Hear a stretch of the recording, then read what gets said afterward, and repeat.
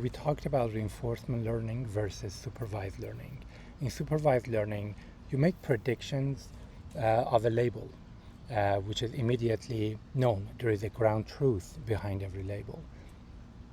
In reinforcement learning, however, you're making decisions on what action to take in an environment that is dynamically changing. And typically, the quality of those decisions become evident only down the road. So there is a delay in feedback. And the perfect example of it was chess, where you make these decisions and at the end you win or lose. And an example that we looked at also was this game of Pong, which is something like this. The green one is run by reinforcement learning, and the one on the left is run by another computer program. And the goal is to score as many times as possible. And at any moment, the model is making a prediction to go up, down, or stay where it is. You have this environment, which is the game itself. You have the agent, which is this salmon-colored box. And you have a state, or an observation of the state. So in the case of Pong, it was just an image. It could be an image of the game that is fed into the agent, and then the agent make a decision on what action to take. In this case, make the action of going up, back to the game, and then this loop repeats itself. And inside of the agent, there's a neural net, and the neural net has three outputs, one per action. So the image is fed into the net, and what's outputted are probabilities of going up, staying, or going down. And picking an action is simply sampling from these probabilities. So if the output on the up neuron is high, there's more probability of picking that action and going up. Now, what is fascinating is, like I said, reinforcement learning applications are vastly different from supervised learning, but when you look at the model itself, it is a supervised learning model. Right, so here, this is a multi-class classification model. The same way that you will build an image to build a model to look at an image and say if it's a cat or a dog or a horse. Here you have a model that select an action. But how would you train this model? That's what I'm going to talk about. Well, because it's identical to any other supervised learning model, what you need is labels. And then you would find the error between the model outputs and the label, and then you do the backpropagation and gradient descent. So now the question becomes, how would you get labels for these actions? And in reinforcement learning, the paradigm is you learn from experience. So when I say learning from experience, it means you generate the data and their labels. And the way you generate the labels is by going into the environment and interacting with it. So say in the game of Pong, which is this one, you just go play the game, collect data on how things went, whether you scored or you didn't score, and then you would use that as your training data. In other words, what we're going to do here is try different things and learn from positive and negative feedback. Let me make it a little more concrete by looking at the game of Pong. So again, green is the reinforcement learning, orange is the opponent. You play the game. Let's say you play the game how many times? 4 times here.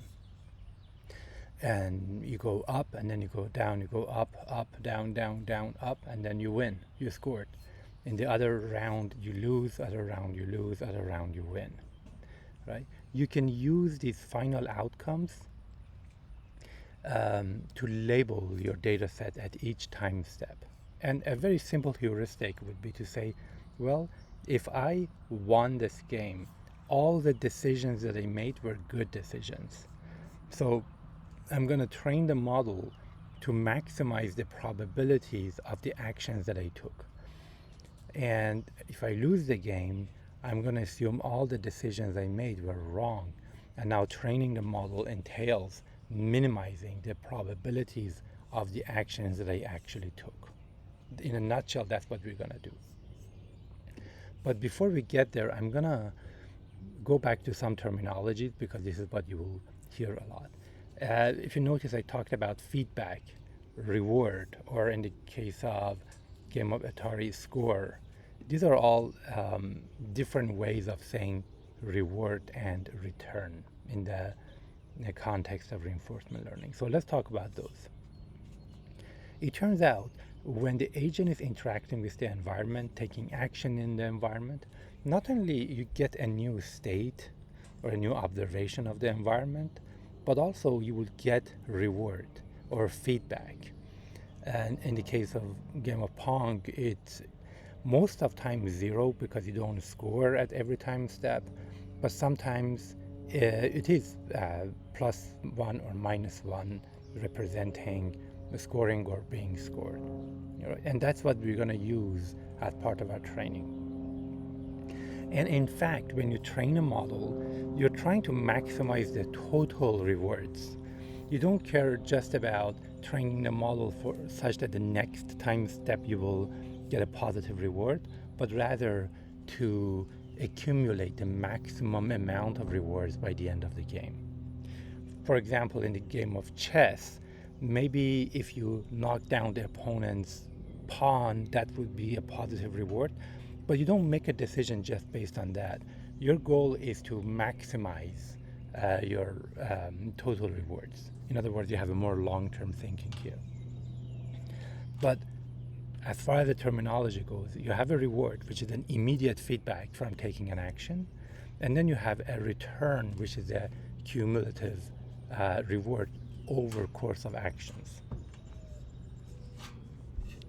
Let's look at different reinforcement learning applications and what that reward would mean in that context. So in the game of Pong, it would be 1 point if you scored, it would be -1 point if you were scored against, and it would be 0 otherwise.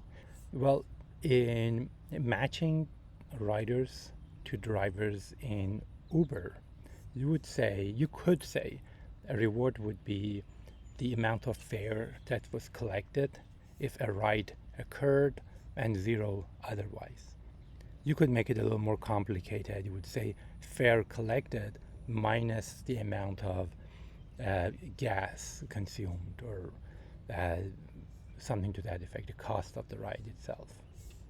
In Atari, River Raid, if you like, you could give it 1 point if you actually hit the opponent's objects, 1 point if you fuel, and -100 points if you got hit, and 0 otherwise.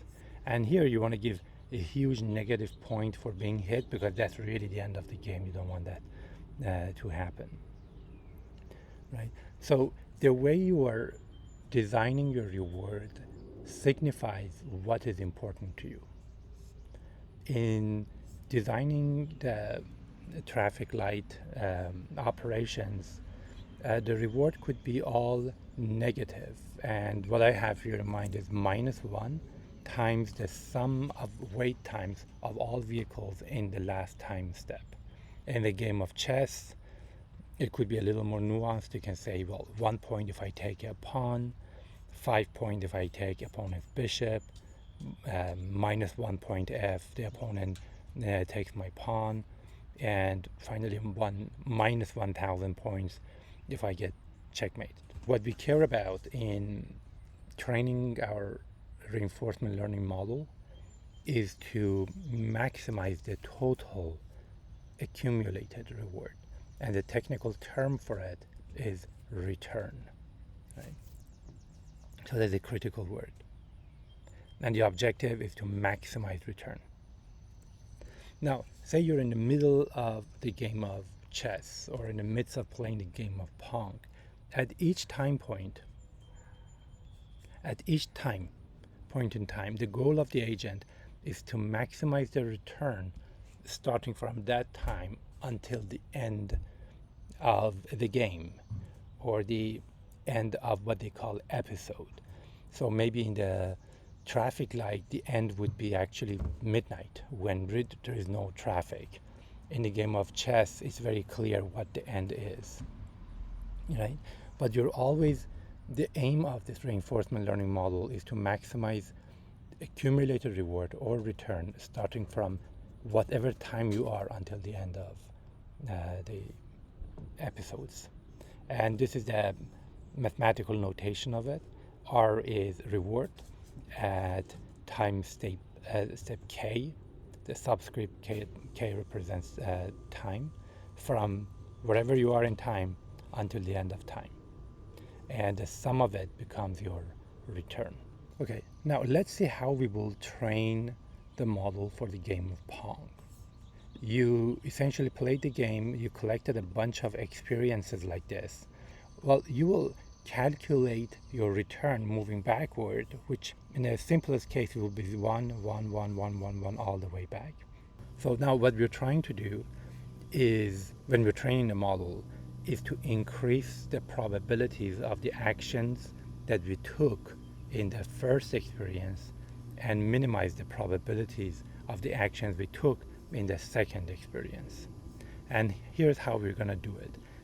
We're going to define the loss function, and like any other neural net, your goal is going to be to minimize the loss.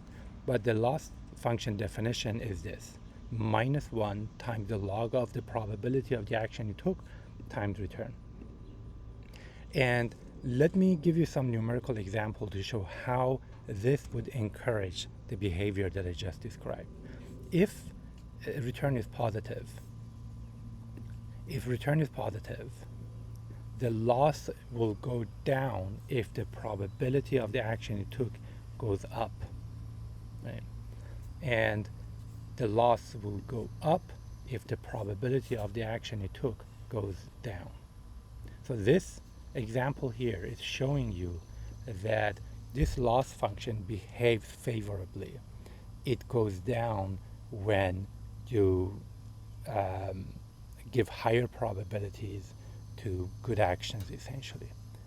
And likewise, if you had negative return, like the second row here in this example,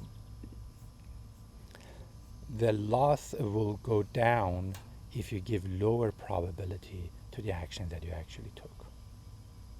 So I hope these two examples that I'm presenting here justifies this definition of loss function. Now you have a loss function that encourages the good behavior and discourages bad behavior. Let me show you this high-level picture of the whole process of training the model. So you have the environment, and let's stay focused on this game of Pong. And you have an agent. The agent takes action. As a result of taking the action, you get an updated state and some reward. And you play the game multiple times and create a data set. And what I'm talking about is essentially this. You play the game, store the states and the rewards and the actions at each time step. And if you play them multiple times, you end up with these three lists of rewards, states, and action. R0 is time 0, reward as the time 0, S0 is the state at time 0, action is A0 is action as time 0, so on and so forth. Right? Now that you have this bunch of data set, you can go train your model. First, you want to calculate return.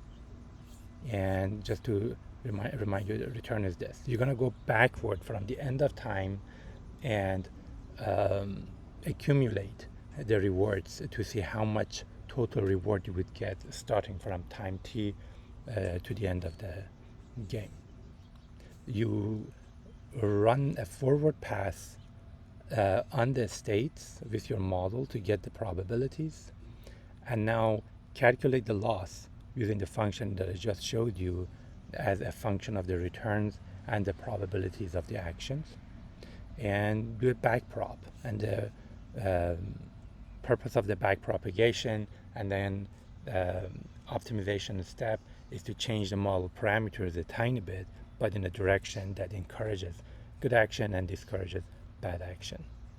And your neural net is essentially something like this. The input is this state, and the output are the probabilities for each of the actions, up, down, or no action. And now you have a slightly different model because you just updated your model. What you do next is repeat. Now use that model, updated model, to take some actions and essentially create your data set again. And over time, you're going to get better and better results. Now I'm going to show you some examples of actually what that looks like. What I've done here is that after a whole bunch of iterations, like at the beginning, after 100, 200, 300, 400, all the way to 900 iterations, I use the model to play the game, record it so you can see how the model gets better. So here's the iteration 0. This is a model that was initialized with random parameters, and as you can see, it's just losing all the game right now. It's going up and down or staying, but not resulting to anything useful. Let's see what happens after 100 iterations. So the model had a chance to improve the parameters to prevent being scored and increase the chance of the scoring. As you can see, it's actually working pretty well. It's quite remarkable, but still losing. I'm going to go all the way to 900.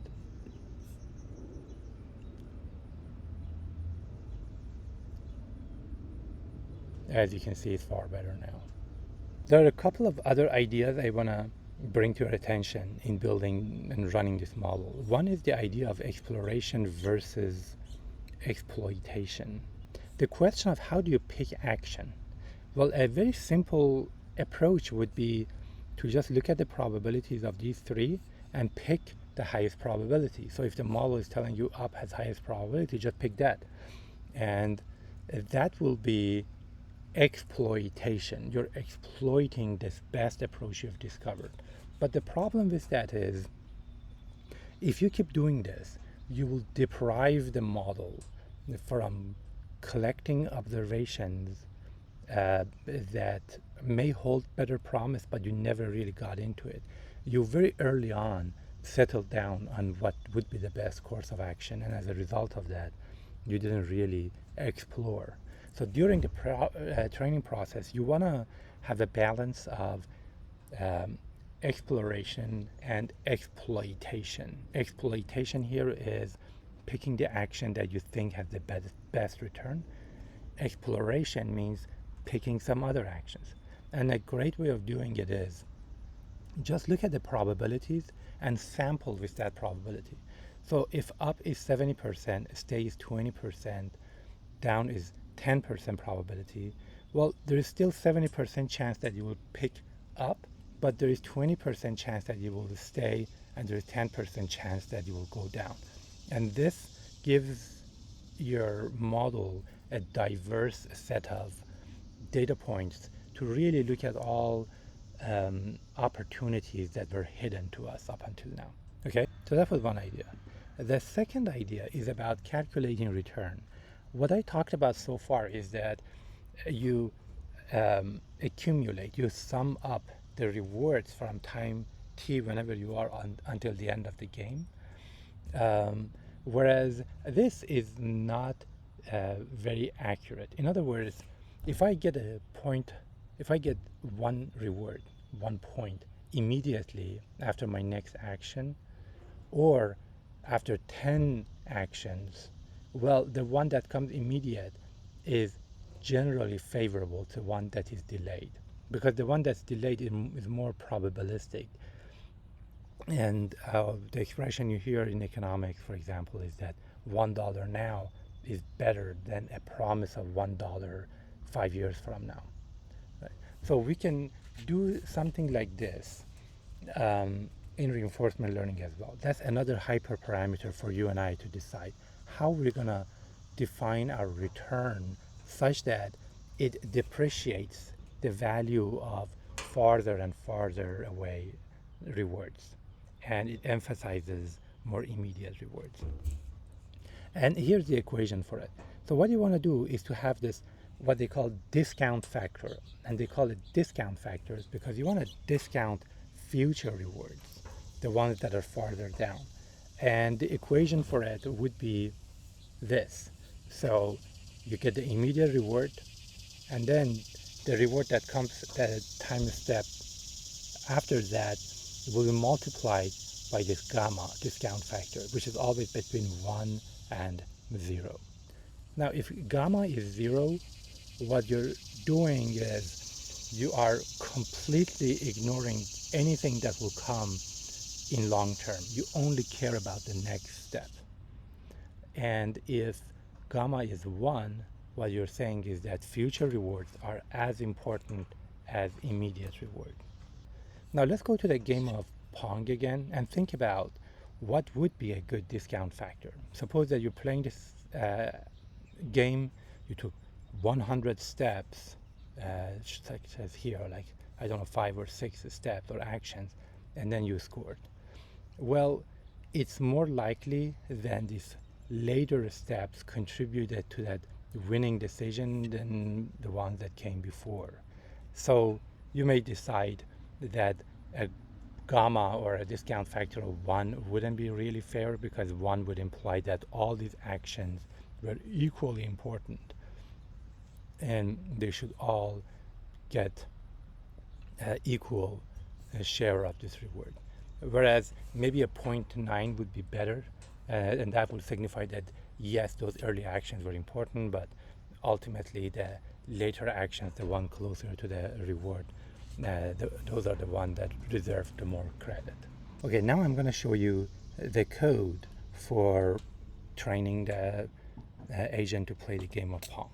What you'll need here is this Gymnasium library. This is an open source library created by OpenAI that simulates a lot of these Atari games or other reinforcement learning applications. So to play the game of Pong, I don't need to write the code for the game of Pong. I can just use this gym library to import it.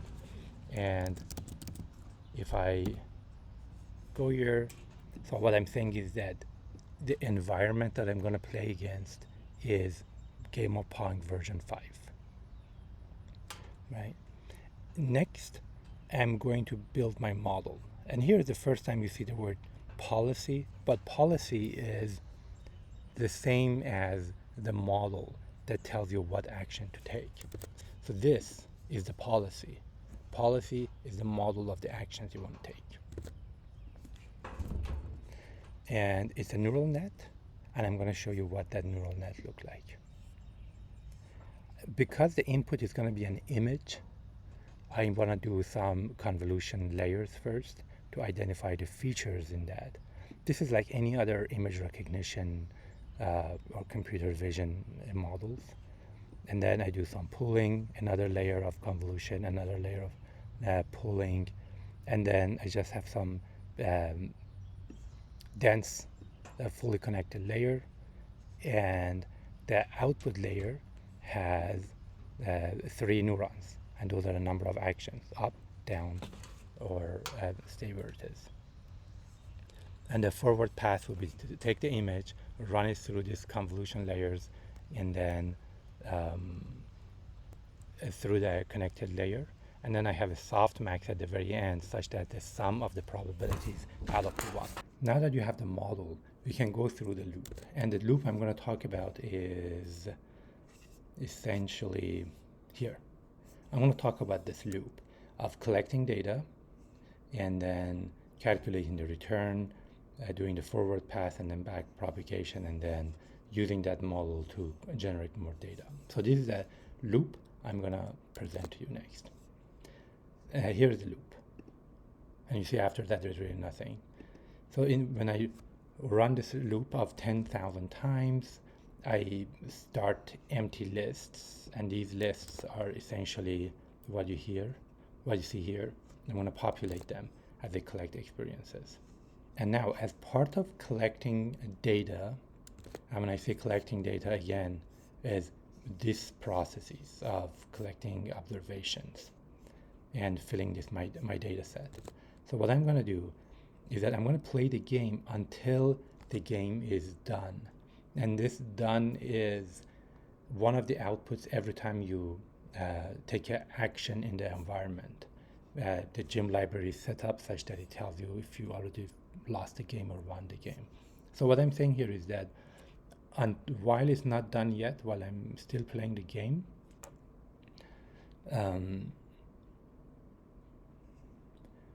get the state and run the model on the state. That's the forward pass. Get the probabilities, and now select an action from these probabilities, this part.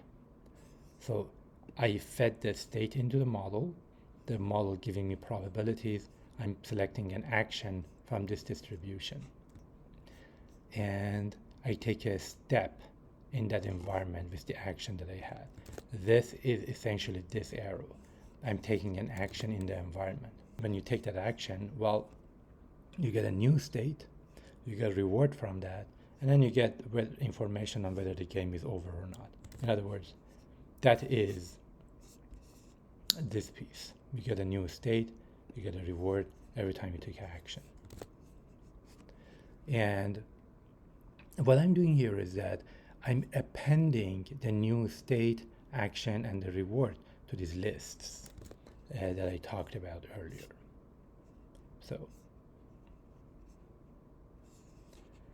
So I'm in the process of playing this game until it's over, and in the process I'm populating these. Right? I haven't trained the model yet. I'm still collecting data. But now that the game is over, here is the return. Calculate return, and the discount factor is 0.99. Kind of recursively, you start from the end of the rewards, and then you just keep calculating this returns list. Okay, now that we have all the data we need, we could go ahead, calculate loss, and then take a back propagation and gradient descent. So here's how we're doing. So here's the equation for loss. This is what we talked about, -1 times the return that you got times the log of probabilities for the action that you actually took, right? And here's, you do the backward step, and you do a optimizer step. And when you do the loss backward, you are updating the gradient for each of the parameters in your model. And when you do a step, you're essentially changing the values of those parameters based on the learning rate, but also the gradients that you updated in the loss backward step. I want to conclude this video with two high-level discussions. And the fact is, we didn't cover the entire universe of reinforcement learning, but almost half of it. So what we talked about is on-policy learning as opposed to off-policy learning. And as a reminder, policy is really the model, the neural net that predicts what action to take. And the reason it's called on-policy learning is because you need that policy, that model, to generate data for your training. This model that you're training is used to generate the data for training it further. And because of that, it's called on-policy learning. Now, in contrast, there is another paradigm where you don't need this model, this policy, to generate data. You can train your model on any data, whether it was your model or some other model or some other policy or random. And that would be called off policy. So this is one note. The other thing is, the type of approaches that I talked about is called policy gradient. And here your neural net is one that predicts what action to take or probabilities of action. And that is not universal. So there is another world, another category where you're not predicting what action to take. We're going to talk about that next.